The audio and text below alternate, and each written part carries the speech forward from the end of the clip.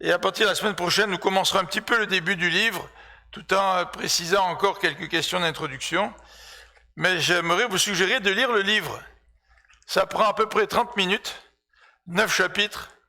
Et même si vous pouvez les lire une ou deux fois, même 3 fois, ça pourrait nous aider.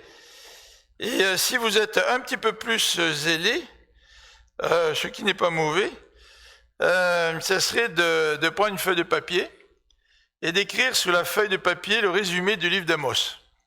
Vous savez, quand on écrit, ça nous permet de mieux retenir. Alors, je ne vous demanderai pas de faire ce que moi j'ai fait à l'école biblique, parce qu'à l'école biblique, on avait ce qu'on appelle, après les 3 ans d'études, on avait un examen biblique devant tous les professeurs. Et chacun des professeurs nous posait une question, n'importe laquelle, sur la Bible. Alors je vous dis que durant les dernières années, tous les étudiants lisaient la Bible. Puis on faisait des résumés. On voulait savoir ce qu'il y avait dans le livre de la Genèse, ce qu'il y avait dans le livre d'Exode, Lévitique, Nombre, etc. Pour que si on nous pose des questions, on n'ait pas l'air trop ignorant devant ces professeurs qui ont employé toute leur énergie à nous enseigner pendant 3 ans, au moins pour essayer de les convaincre qu'on a appris quelque chose. Alors c'était un petit peu notre défi, mais toujours est-il qu'à travers cet exercice, moi ça m'a permis de mieux me rappeler le contenu des différents livres bibliques. Et de faire ça, ça nous prépare aussi à une étude plus approfondie du livre d'Amos. Alors c'est un petit peu le défi que j'aimerais vous lancer. Pour ce matin, j'aimerais vous faire une petite présentation. Je vais essayer de la faire, disons, peut-être en 25 minutes. Et après, je vous laisserai un 10 minutes de questions. Parce que probablement, vous aurez des questions. Et j'aurai besoin d'un volontaire après pour prendre le micro, pour qu'on puisse bien entendre les questions et que les questions soient aussi enregistrées pour ceux qui suivent le service par Internet. Alors, ce que je voudrais faire ce matin, c'est une introduction générale. Et c'est une introduction générale, non pas sur le livre d'Amos en tant que tel, mais sur la lecture chrétienne de l'Ancien Testament. Vous savez, vous allez lire Amos peut-être rapidement, 9 chapitres en 30 minutes, puis vous allez terminer ça, vous allez dire, bon, qu'est-ce qu'Amos veut dire pour nous aujourd'hui? C'est un petit peu compliqué. Et c'est vrai que les prophètes représentent un certain défi. Parce que ce sont peut-être les livres qui sont les moins lus dans la Bible. Je ne sais pas si vous connaissez le contenu de Zacharie, d'Abias. Jonas, oui. Mais Jonas, il est une exception. Parce que Jonas est un texte assez narratif, c'est-à-dire qu'il raconte une histoire. Dans les autres livres des prophètes, c'est beaucoup de poésie, beaucoup d'images.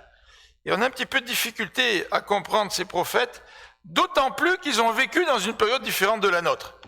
Alors quand on parle de tel roi de Juda, tel roi d'Israël du Nord, on est un petit peu mélangé, on ne sait pas trop à quelle période ils ont vécu.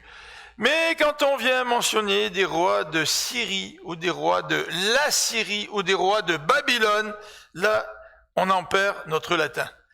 Alors, ce que j'aimerais,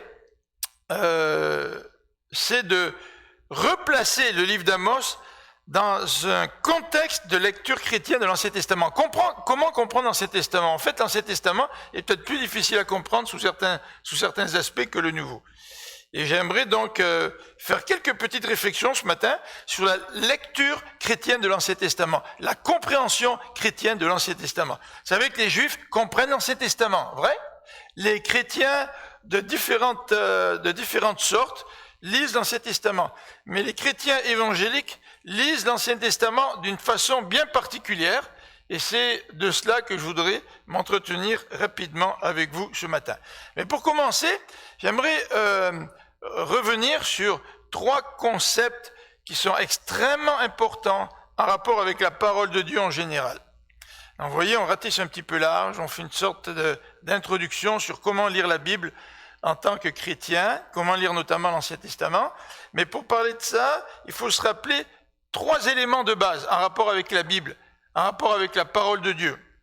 Et ensuite, je vais regarder avec vous 6 textes dans le Nouveau Testament. On va les regarder relativement rapidement, mais 6 textes qui nous encouragent à lire l'Ancien Testament à travers Jésus-Christ. ou à lire l'Ancien Testament en comprenant que l'Ancien Testament nous parle de Jésus-Christ avant même que Jésus-Christ n'arrive. Vous savez que les Juifs lisent l'Ancien Testament, mais les Juifs ne lisent pas l'Ancien Testament de cette façon-là. Pour eux, l'Ancien Testament ne pointe pas vers Jésus-Christ, parce que pour eux, le Messie n'est pas encore arrivé. Alors, ils ont une lecture de l'Ancien Testament, mais qui est différente de la nôtre. Et en fait, lire l'Ancien Testament, ça ne consiste pas essentiellement à noter des leçons de moralité, par exemple. Regardez la vie de Joseph, regardez le bon exemple qu'il était. C'est plus qu'un livre de moralité, l'Ancien Testament. C'est sûr que l'Ancien Testament s'adresse au comportement du peuple de Dieu. Mais l'Ancien Testament nous montre que le peuple de Dieu est incapable de suivre les directives de Dieu. Et pour pouvoir suivre les directives de Dieu, il faut qu'il y ait un changement de cœur. D'ailleurs, c'est ce qu'a annoncé Jérémie. Et ce changement de cœur, il vient par qui? Par Jésus-Christ. Donc, vous pouvez prendre l'Ancien Testament et le lire comme un livre religieux qui comporte toutes sortes de rituels ou qui nous parle sur la morale. Mais un chrétien, ce n'est pas quelqu'un qui a une morale. Bien sûr, il a une morale, mais ce n'est pas cela qui le caractérise en premier. Le chrétien, c'est quelqu'un dont le cœur a été changé par qui? Par Jésus-Christ. Et parce que son cœur a été changé par Jésus-Christ, le chrétien va démontrer des fruits. Le chrétien va avoir un certain comportement. Mais ce n'est pas en premier lieu le comportement qui caractérise le chrétien. Ça c'est un fruit, c'est un effet secondaire d'un changement de vie lorsque le chrétien a rencontré Jésus-Christ et que Christ a changé son cœur. Alors si nous enseignons nos enfants en disant que être chrétien, ce n'est pas draguer, ce n'est pas fumer, ce n'est pas tout ça, et que nos enfants nous regardent et puis ils se disent « Ah ben si je comprends bien, être chrétien, c'est obéir à une série de lois ». Ben ils passent complètement à côté de ce que c'est que le christianisme. Le christianisme, c'est d'abord l'incapacité d'accomplir la loi de Dieu qui fait que nous nous tournons vers Christ pour qu'il change notre cœur, pour qu'on devienne nouvelle créature, et là, par amour pour Dieu, eh bien, nous vivons pour lui. Alors donc, voilà cette lecture christologique de l'Ancien Testament. Bien des chrétiens aujourd'hui, on appelle, vous savez, le christianisme est souvent divisé en deux grosses parties, ce qu'on appelle les libéraux puis les conservateurs. Et les libéraux qui ne croient pas nécessairement au miracle, à la résurrection de Jésus ou à la naissance miraculeuse de Jésus, vont aussi lire l'Ancien Testament. Mais n'interpréteront pas nécessairement l'Ancien Testament de façon christologique. C'est-à-dire que l'Ancien Testament nous prépare à la venue de Jésus-Christ.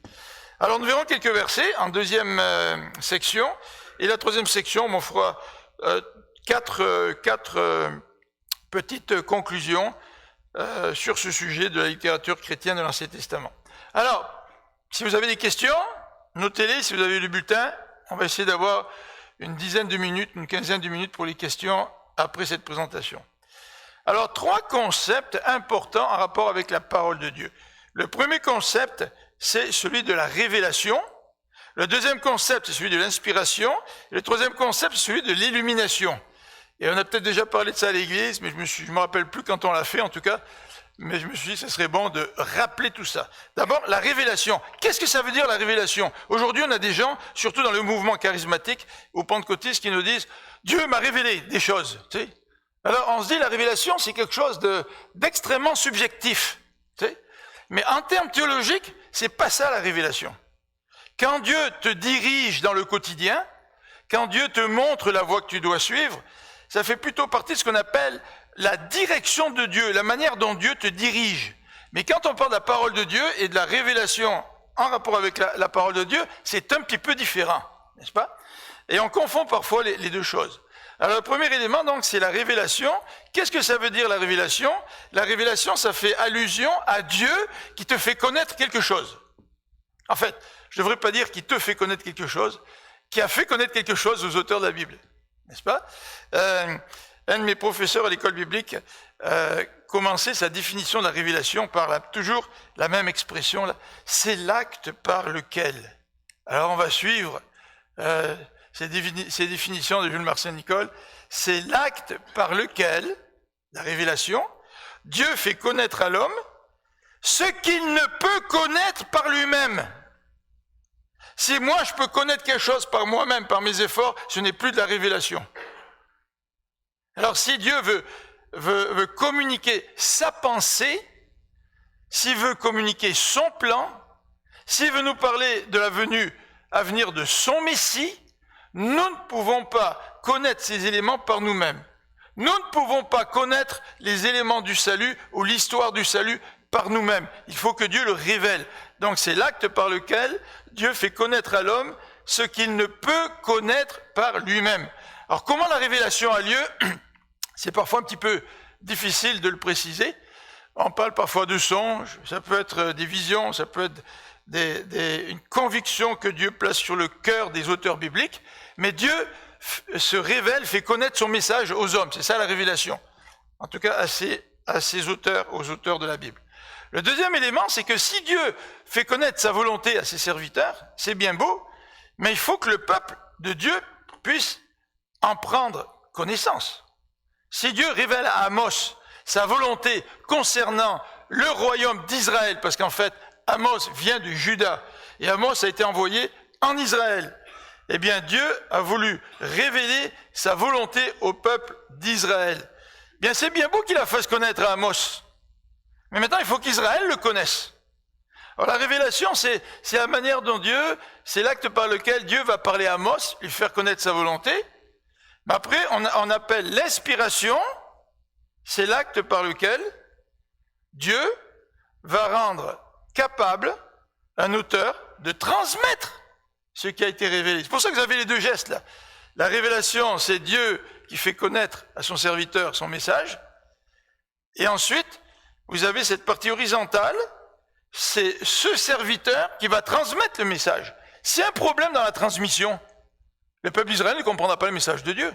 Vous savez, on dit dans la communication, si vous avez un petit peu étudié la communication, on utilise parfois le symbole de Jacobson, ce n'est pas notre frère René, mais qui a utilisé une image avec l'émetteur et le récepteur. C'est une image tirée de la radio. Vous émettez un message avec un émetteur, et puis à l'autre bout du monde, il y a quelqu'un qui ouvre sa radio, il ouvre ça, puis hop, il entend dans la radio ce qui a été transmis. Vrai? Mais parfois, il y a des problèmes techniques. Parfois, vous avez de mauvaises conditions atmosphériques qui fait que ça griche, puis le gars, il essaye de syntoniser sa radio, et puis il y a des problèmes, puis le message ne se transmet pas très très bien. Donc si Dieu veut nous parler, si Dieu veut parler à son peuple, c'est une première étape que de révéler à son serviteur, à Amos, le message qu'il a pour Israël du Nord. Mais maintenant, il faut qu'Amos puisse le transmettre. En fait, l'inspiration, vous pourriez le remplacer par un mot, c'est la transmission entre le prophète et les destinataires, le peuple de Dieu, ou des individus, n'est-ce pas? Alors c'est l'acte par lequel Dieu rend un auteur capable de transmettre fidèlement la révélation. Alors, un petit commentaire sur la révélation de Dieu. La révélation de Dieu, elle est progressive à travers l'histoire. Et c'est la raison pour laquelle j'ai rajouté ici l'expression « elle est progressive ». Et Dieu n'a pas décidé de transmettre à Adam toute sa volonté dans un bouquin en disant « écoute Adam, je te donne le bouquin, t'as tout, c'est fini ». Non, Dieu a décidé de procéder autrement. Dieu a décidé de communiquer un petit quelque chose à Adam. Par exemple, dans Genèse 3,15, de ta descendance naîtra quelqu'un qui va écraser la tête du... Qu'est-ce que Ève savait quand Dieu lui a dit ça? Pas grand-chose. Vous savez que quelqu'un dans sa descendance viendrait avoir la victoire définitive sur le serpent, mais que dans ce combat, le serpent allait le blesser au talon. Vous voyez que c'est une image, parce que Jésus n'a pas été blessé au talon, il a été crucifié, n'est-ce pas? Mais ce que ça veut dire, c'est que dans ta descendance, quelqu'un va venir et qui va être le vainqueur de Satan. Satan qui venait d'obtenir une victoire dans le jardin, là, ben Satan, cet ennemi, allait être vaincu. Mais on n'en sait pas plus. Mais après, dans la Bible, vous avez des informations que Dieu révèle petit à petit. petit à petit, petit à petit. Au fur et à mesure que tu avances dans la lecture de la Bible, si vous lisiez la Bible de manière chronologique, au fur et à mesure que vous avancez, vous verrez des détails qui se dévoilent de plus en plus sur la venue du Messie, pour culminer à la naissance de Jésus-Christ, à sa mort et à sa résurrection. Donc, vous voyez, quand on parle de la parole de Dieu, il y a deux éléments importants. C'est la révélation. Dieu fait connaître à Amos le message, mais maintenant, il faut que Dieu rende Amos capable de transmettre fidèlement le message. Parce que c'est bien beau qu'Amos le connaisse, il faut qu'il transmette fidèlement pour que le peuple d'Israël puisse bien comprendre, Israël du Nord, puisse bien comprendre ce que Dieu veut lui dire. Maintenant, quand on parle de la compréhension, eh bien, il y a un autre terme qui est utilisé, c'est celui de l'illumination. Et quand on parle d'illumination, on ne parle pas de quelqu'un qui est illuminé, mais ce que ça veut dire que Dieu va mettre en lumière quelque chose qui est déjà révélé et qui a déjà été transmis. Alors, nous allons étudier le livre d'Amos ensemble. Et ce que nous voulons, puisque Dieu a déjà transmis à Amos son message et qu'Amos l'a déjà écrit pour le peuple d'Israël du Nord, il existe ce message-là, il est là. Ce que nous voulons, c'est que Dieu nous éclaire pour que nous puissions le comprendre. En d'autres termes, d'un point de vue théologique, que Dieu fasse de nous une bande d'illuminés. Non, c'est pas ça, c'est pas dans ce sens-là. Que Dieu fasse en sorte que nous puissions comprendre, que son message puisse être éclairé pour nous, là. L'illustration qu'on donne souvent, quand on parle d'illumination, c'est comme lorsque nous assistons à un événement le soir, et puis il y a un monument qui est là, mais personne ne le voit parce que c'est le soir, il fait nuit, puis un signal donné, toutes les spots s'allument. Et là, nous voyons le bâtiment, le monument que l'on veut, par exemple, inaugurer. Et l'illumination, c'est ça. C'est que le Saint-Esprit fait en sorte que lorsque nous lisons la parole de Dieu, au travers de nos prières, au travers de notre étude, Dieu fait en sorte que ces spots éclairent l'enseignement de la parole de Dieu pour que nous puissions le comprendre. Alors le livre d'Amos, c'est mon souhait, je pense que c'est aussi le vôtre, c'est que Dieu puisse nous éclairer pour que nous puissions bien comprendre le message du livre d'Amos. Alors, on a parlé d'une lecture christologique de l'Ancien Testament, et on va regarder quelques versets maintenant. En rapport avec cela, je voudrais revenir sur cette petite idée, c'est que la révélation donc de Dieu est progressive, et la révélation de Christ au travers des Écritures est aussi progressive. Je ne peux pas lire Amos, puis tout comprendre sur Jésus-Christ en lisant Amos. Mais quand je lis Amos, et que je sais que l'Ancien Testament, donc Amos, me parle aussi de Jésus-Christ, ben je me pose la question, comment Amos me parle-t-il de Jésus? Alors c'est un petit peu ça qu'on essaiera de voir quand on va étudier le livre d'Amos. Alors si jamais le livre d'Amos vous touche, et que vous êtes enceinte, n'est-ce pas Rachel, Alexandre? Si jamais ça touche, tu pourras toujours l'appeler Amos si tu veux, en souvenir de nos études bibliques sur Amos. Non, je plaisante parce que hier on avait une réunion de famille à Sherbrooke et j'ai rencontré des gens de la famille Fortier que je n'avais pas vu depuis bien des années, certains que je ne connaissais pas. Puis un jeune couple qui, je pense pas qu'ils soient chrétiens, ils ont appelé leur enfant Jacob et Benjamin. Je me suis dit, ça c'est intéressant, tiens, dans une société séculière, un couple décide d'appeler ses enfants Jacob et Benjamin. Intéressant. Alors, on va faire un petit survol des versets qui nous parlent de ce que nous venons de mentionner, c'est-à-dire que l'Ancien Testament nous parle de Christ, et c'est important pour nous de faire une lecture christologique, c'est-à-dire une lecture en nous posant la question suivante, comment tel livre, tel épisode nous parle de Christ à l'avance. D'accord ? Alors, il ne s'agit pas de tordre le sens du texte pour faire dire au texte des choses que le texte ne dit pas. Il y a certaines règles pour faire cela, on n'en parlera pas ce matin, mais je voudrais juste vous lire quelques versets qui soulignent cette vérité-là. Luc 24, versets 13 à 17, et ensuite 44 à 49. les disciples d'Emmaüs reviennent, découragés parce que Jésus a été crucifié, et ils s'entretiennent des événements. Au verset 14, probablement découragés, ils rentrent chez eux, c'est fini la belle aventure. Et on nous dit au verset 15, pendant qu'ils réfléchissaient ensemble, Jésus s'approche d'eux et les accompagne. Mais leurs yeux étaient incapables de le reconnaître. Ils avaient besoin de quoi, ces gars-là? D'illumination. D'accord? Ils avaient besoin de comprendre le message qui était déjà révélé. Et Jésus leur dit, de quoi discutez-vous? Ils s'arrêtent, l'air triste, évidemment. Et Cléopas se dit à Jésus, au verset 18, « Es-tu le seul parmi ceux qui séjournent à Jérusalem qui ne sachent pas ce qui s'est passé ?» Ce qui est arrivé à Jésus de Nazareth, nous dit le verset 19, c'était un prophète qui agissait, parlait avec puissance devant Dieu, devant tout le peuple, et nos chefs l'ont livré pour le faire condamner. Et au verset 21, ils expriment leur déception. Nous avions espéré qu'il était celui qui allait délivrer Israël. Mais hélas, voilà 3 jours que tout cela est arrivé. Et il raconte bien, comment dirais-je, que les femmes sont allées au tombeau, puis qu'ils ont trouvé le tombeau vide. Mais en fait, ils ne comprennent pas vraiment ce qui s'est passé.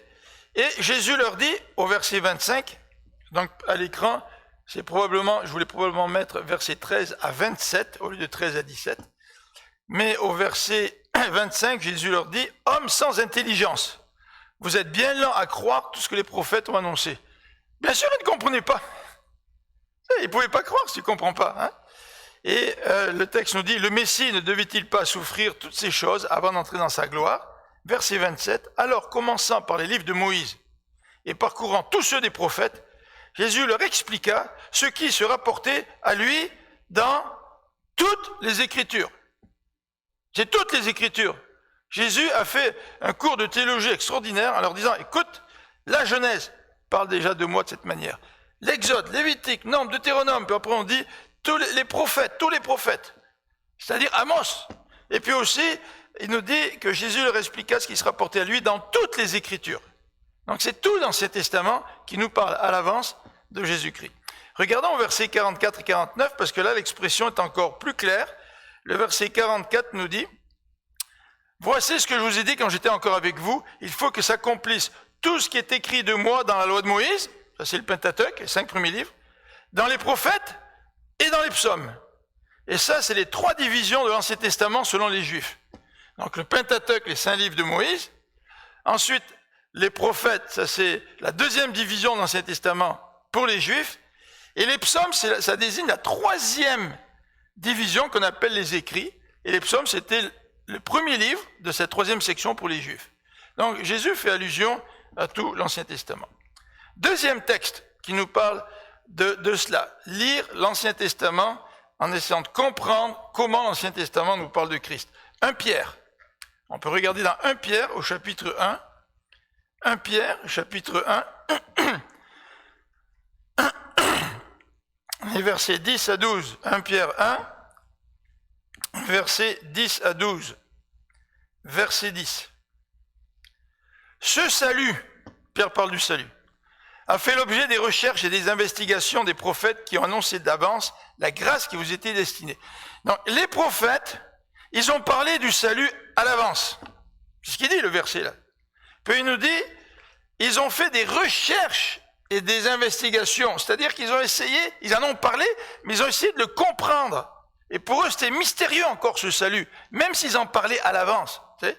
Eh bien, ils cherchaient à découvrir, nous dit le verset 11, à quelle époque et à quels événements se rapportaient les indications données par l'Esprit de Christ. Cet Esprit était en eux, dans les auteurs de l'Ancien Testament, et annonçait à l'avance les souffrances du Messie et la gloire dont elles seraient suivies. Alors déjà, à l'avance, les auteurs de l'Ancien Testament parlaient de ce salut, parlaient du Messie, parlaient de la mission du Messie, mais sans vraiment saisir pleinement le sens de ce qu'ils étaient en train d'annoncer. Vous savez que Jésus a dit en parlant de Jonas, qu'il y a le signe de Jonas qui leur serait donné. Je suppose que quand Jonas a écrit cela, a écrit son livre, il n'a peut-être pas nécessairement compris que son récit pouvaient servir de signe en rapport avec le Messie. Mais c'était le cas. Troisième verset, 2 Corinthiens, au chapitre 1, verset 20. 2 Corinthiens, au chapitre 1, et verset 20. Ça, c'est peut-être pas le texte le plus fort, mais on va le lire tout de même.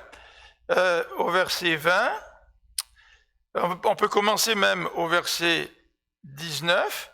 Le verset 19, Jésus-Christ, que moi-même, comme Sylvain et Timothée, donc Jésus-Christ, le Fils de Dieu, que moi-même, comme Sylvain et Timothée, nous avons proclamé parmi vous, n'a pas été à la fois oui et non. Vous savez ce que ça veut dire, oui et non?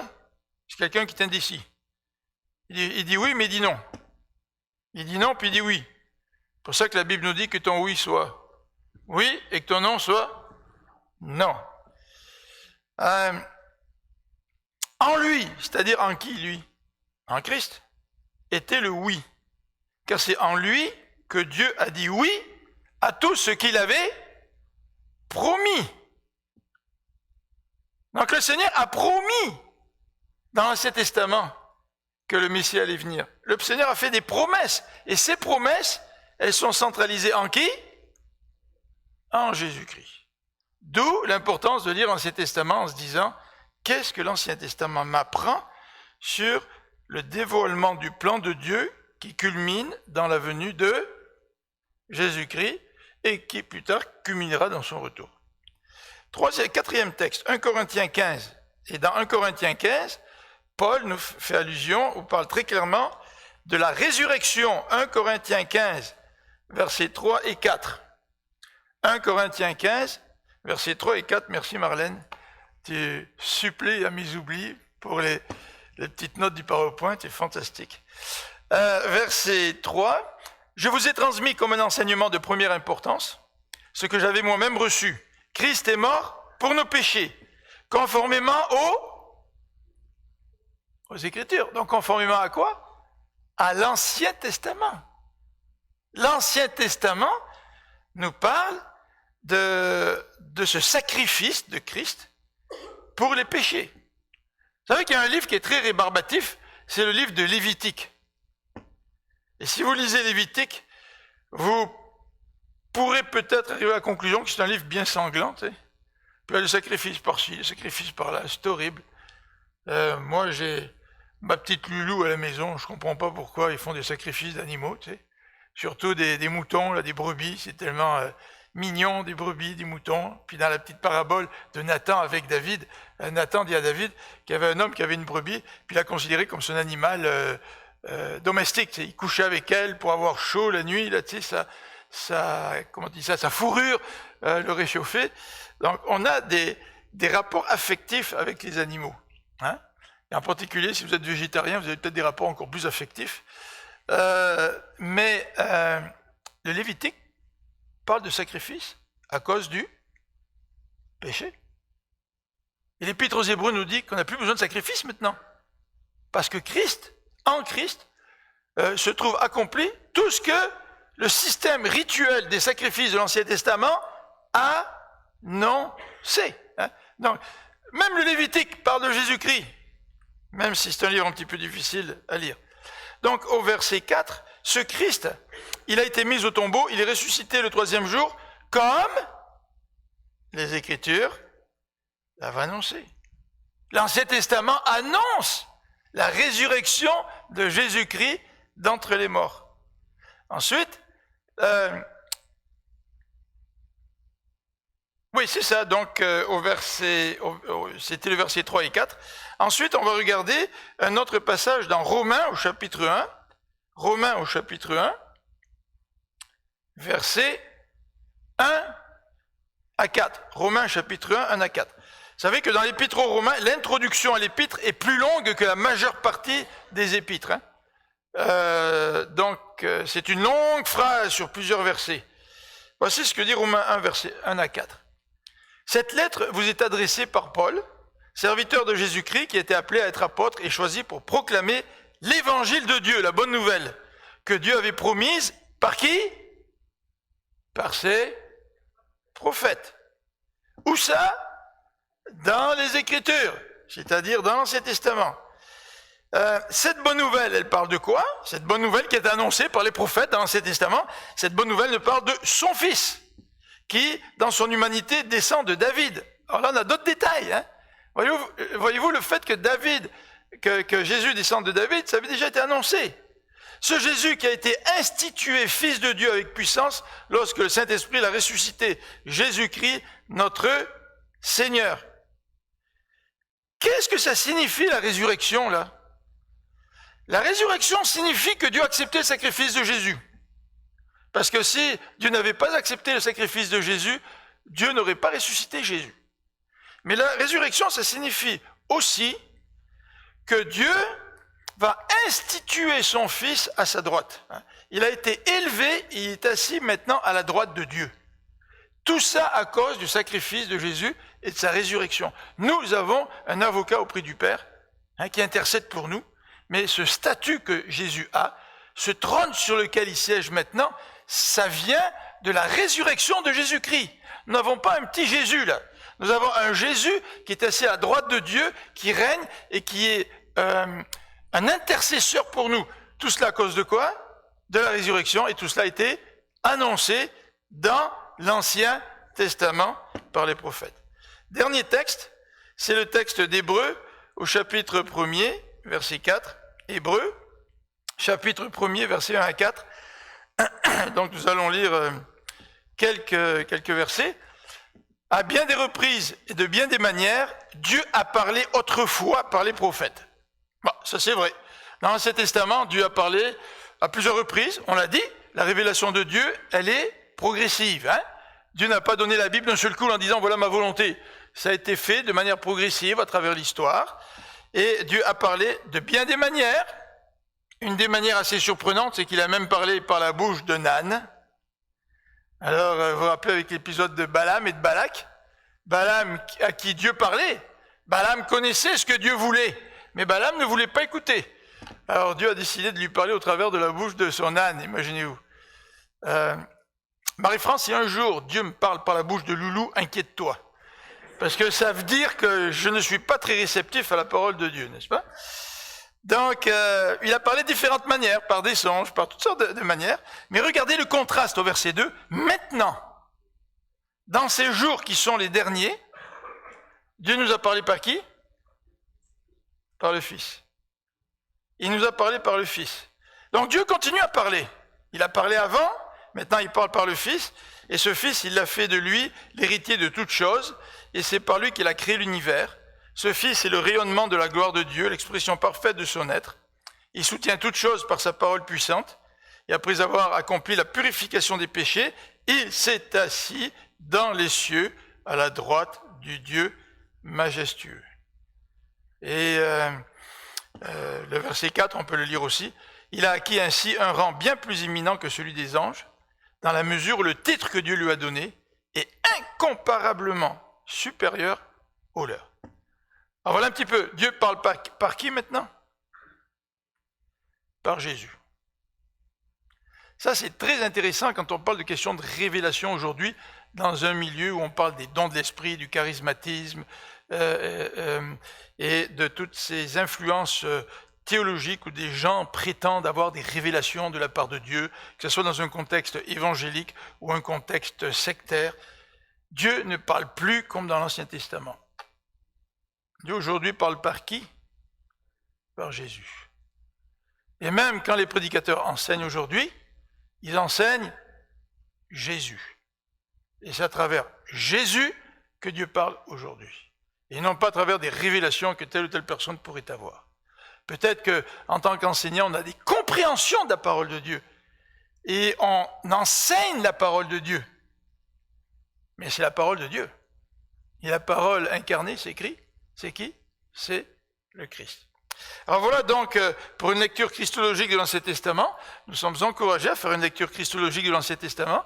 Et je vais faire 3 ou 4 commentaires pour terminer, puis vous laisser la parole pour 10 à 15 minutes. Dieu est l'auteur des Écritures. Si Dieu est l'auteur des Écritures, en théologie, on parle de l'inhérence de la parole de Dieu. Ça veut dire que la parole de Dieu est sans erreur. Et ça, ce n'est pas un élément que tous les chrétiens évangéliques partagent nécessairement. Il y en a qui disent, ben oui, il y a des erreurs dans la Bible. Par exemple, quand Jésus a dit que le grain de sénévé, c'était le plus petit grain, là, tu sais, il faut avoir de la foi comme un grain de sénévé. On va vous dire, il y a une erreur dans la Bible, parce que c'est pas la plus petite graine qui existe. Dans le monde, il y a des petites graines plus petites que ça. Est-ce que c'est véritablement une erreur? Ou est-ce que Dieu a voulu nous transmettre la compréhension des gens de l'époque? Pour les gens de l'époque, le plus petit grain, c'était quoi? C'était le grain de sénévé. Puis on prend cet exemple-là en disant, si tu as de la foi comme un grain de sénévé, eh bien, tu pourrais faire bouger des montagnes. L'intention de Jésus n'est pas de faire des affirmations scientifiques. Donc, tu ne peux pas dire que la Bible contient une erreur, alors que la personne ne fait pas une affirmation scientifique. Si la personne dit, moi, je vais vous faire une affirmation scientifique, le grain de sénévé, c'est le plus petit, là, c'est une erreur. Si l'intention de la personne, c'est d'encourager la foi des gens en disant, écoutez, dans ce que vous connaissez, le grain de sénévé, c'est la plus petite graine, vrai? Si vous avez de la foi comme cette plus petite graine, vous pourrez transporter des montagnes. C'est ça l'intention de l'auteur. Donc ce n'est pas une erreur. Vous comprenez ce que je veux dire? Ok, deuxième élément. La parole de Dieu, elle est pleinement divine et pleinement humaine. Qui révèle la parole au serviteur de Dieu? C'est Dieu lui-même. Donc c'est lui l'auteur. Puis ça, c'est important quand je lis la parole de Dieu, même si elle est en forme numérique ou en format livre. Je ne lis pas la parole d'Amos. En premier, je lis quoi? Je lis la parole de Dieu qui a été adressée ou révélée à Amos. Donc c'est Dieu qui parle à travers ce qu'Amos nous dit. D'où l'importance d'avoir une crainte de Dieu et de sa parole.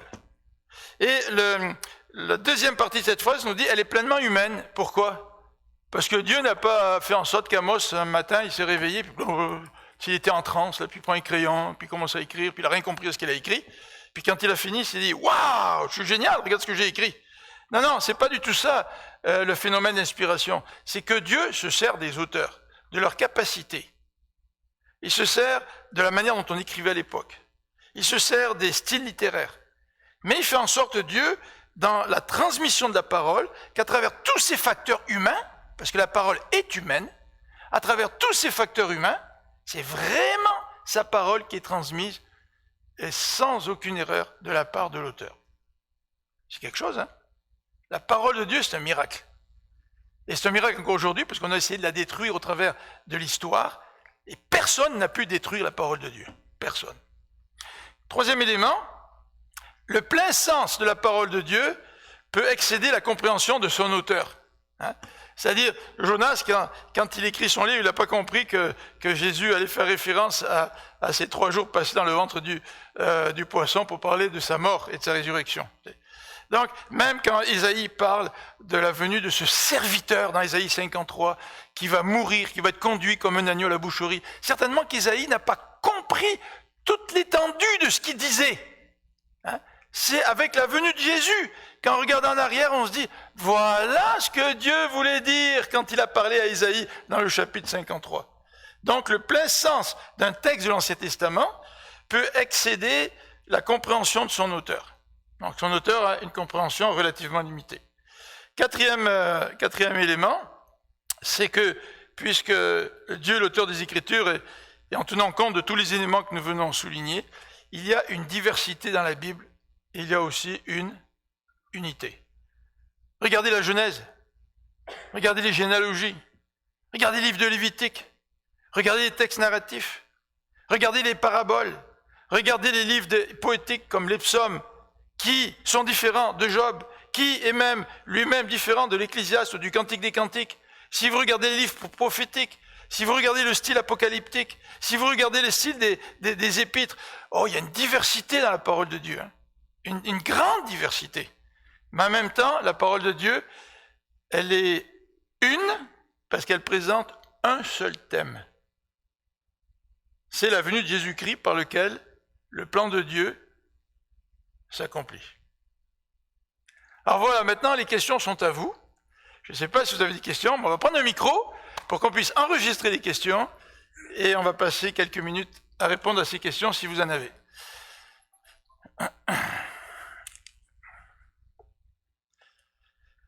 Alors, j'ai besoin d'un volontaire pour passer le micro. Emmanuel, fantastique. Alors, si vous avez des questions, n'hésitez pas. Le micro vous mangera pas. Peut-être Emmanuel, mais le micro, je suis sûr qu'il vous mangera pas. Mais si vous avez des questions en rapport avec notre sujet, allez-y. Ou des commentaires, peut-être. Oui, Yves.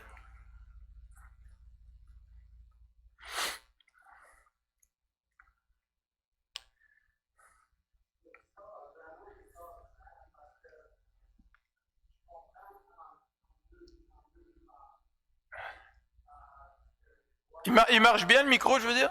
Je regarde, est-ce qu'il y a la petite lumière verte? Il n'y a pas la petite lumière verte? Il faut appuyer sur le bouton de gauche pour la petite lumière verte. Ou si tu as un problème, tu demandes à Eustache, il est juste derrière toi, Emmanuel. On va voir. On va y arriver. On va y arriver. Mais c'est pas pour toi, Yves. C'est pour ceux qui sont enregistrés c'est pour ceux qui écoutent sur Internet. On sait bien là que tu as assez de voix là pour pouvoir parler. Je pense qu'on va peut-être changer la pile ou il y a peut-être quelque chose, on va voir. C'est souvent comme ça. Hein. Quand on a besoin de quelque chose, ça nous lâche au moment précis où on a besoin. Ça a très bien marché ce matin pendant les chants. Et là, on a un petit problème qui réclame de nous toute la patience qu'on n'a pas. Voilà, là c'est bon, Yves. OK. C'est parce que je vois des Juifs messianiques depuis un bout de temps. Et puis, la lecture, je comprends vraiment ce matin encore plus la double lecture de l'Ancien Testament et du Nouveau Testament, qui est l'annonce de la venue du Messie, parce qu'eux autres, c'est le Messie qui attendait. Ouais.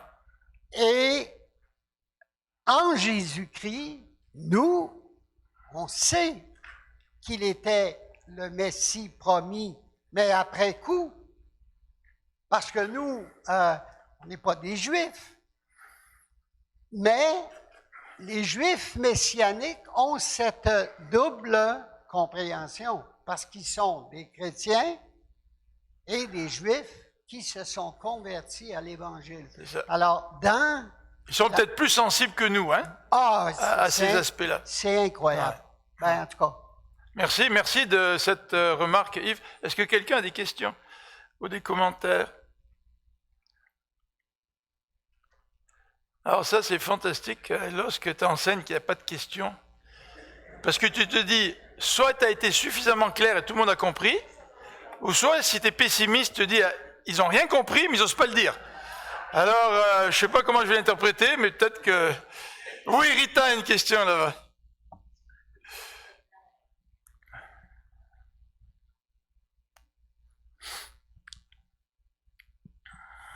Merci. Bon, moi, je pense qu'on pourrait peut-être, à chaque livre de la Bible, mettre un titre à Jésus. Je ne sais pas, j'ai entendu ça déjà. Par exemple, la Genèse, bien, c'est le Dieu créateur. Puis Jésus était à la création. Et plein de livres comme ça, j'ai entendu ça déjà sur un CD, là. Puis à chaque livre, on donnait un titre à Dieu. Puis j'ai trouvé ça vraiment pertinent. Ouais. Puis ce matin, ça vient confirmer. En fait, vous me rappelez un organisme qui a publié, je pense, sous forme de petites vidéos, un résumé de l'Ancien Testament en montrant comment chaque livre de l'Ancien Testament parle de Jésus-Christ, mais de manière générale. Oui, comme le livre des rois, par exemple, ben, c'est le roi des rois, et ainsi de suite. Il y a plein de titres pour Jésus, puis je trouve ça vraiment intéressant. Ça nous aide à mieux comprendre l'Ancien Testament quand on le rattache au Christ. Parce que souvent, l'Ancien Testament est un petit peu déconnecté, on ne comprend pas trop, au point où même des gens dans l'histoire d'Église ont dit que le Dieu de l'Ancien Testament, ce n'était pas le même Dieu que le Nouveau. Alors, oui, il y a une incompréhension par rapport à l'Ancien Testament. Oui, merci Rita. Est-ce que quelqu'un d'autre veut faire un commentaire ou il y a une question? Oui, Lisa.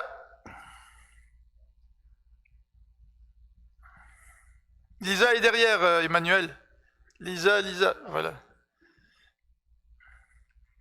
C'est juste un petit commentaire rapide. Je trouve ça d'une grande tristesse que des églises, puis on a entendu quelquefois des églises qui disent « On n'a plus besoin d'enseigner l'Ancien Testament, c'est ancien, c'est passé. » Mais ces mêmes églises-là, toutes les révélations qui arrivent d'humains qui ne sont pas bibliques, ça, ils vont aller embrasser ça.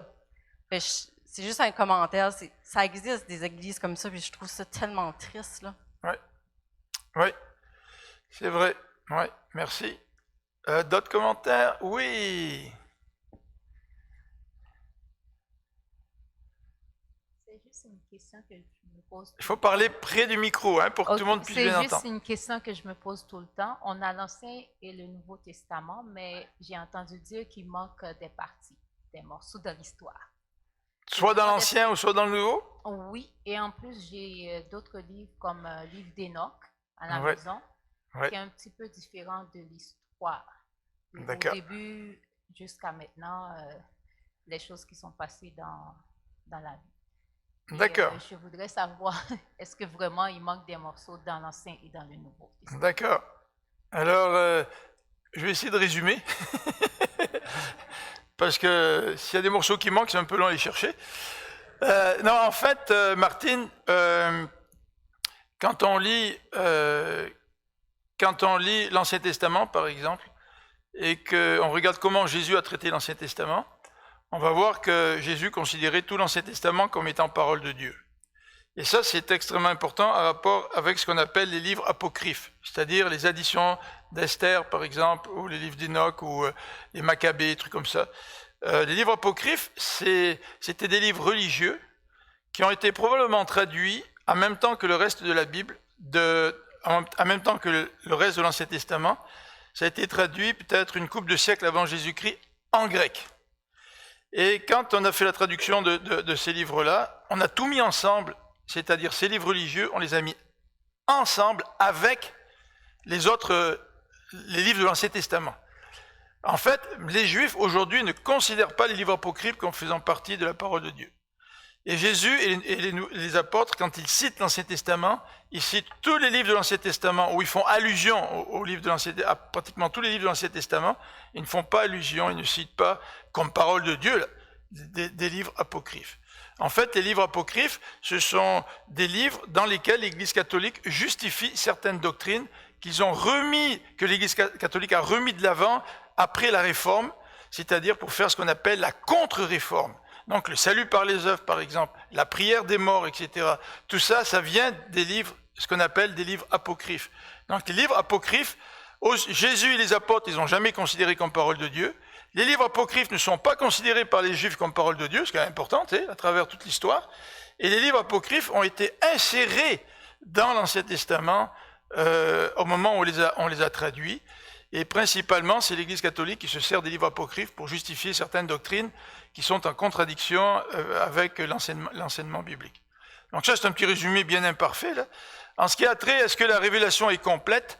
Ce qui est intéressant, c'est de lire le livre de l'Apocalypse qui nous dit à la fin que personne ne peut ajouter ou personne ne peut retrancher à la parole de Dieu sous prétexte de malédiction.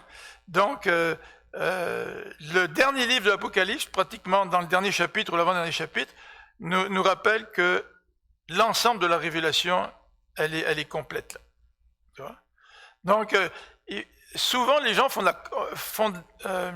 sont confus avec ce qu'on appelle la révélation de Dieu. Nous, on a dit que la révélation de Dieu, c'est l'acte par lequel Dieu fait connaître à l'homme sa volonté concernant son plan de salut. Mais les gens, ils parlent de la direction de Dieu dans notre vie. C'est vrai que moi, je ne sais pas, par exemple, qui je vais épouser. Tu sais, je ne sais pas quel travail je vais avoir. Alors, qu'est-ce que je fais? Je prie Dieu pour que Dieu me le montre. D'accord? Mais ça, c'est pas une révélation, la révélation telle qu'on l'entend en termes théologiques. Ça fait partie de ce qu'on appelle la doctrine de la direction de Dieu dans notre vie. Et c'est pas du tout au même niveau, là. C'est que la manière dont Dieu me guide dans ma vie, c'est une chose. Ce que Dieu révèle pour son peuple concernant son plan, ça c'est autre chose. Là, tu sais. Donc cette révélation-là, elle est terminée. Mais Dieu, lui, il continue à nous guider dans notre vie. Donc il y a bien des choses que je ne connais pas. Je m'adresse à Dieu pour qu'il me guide, pour qu'il me conduise.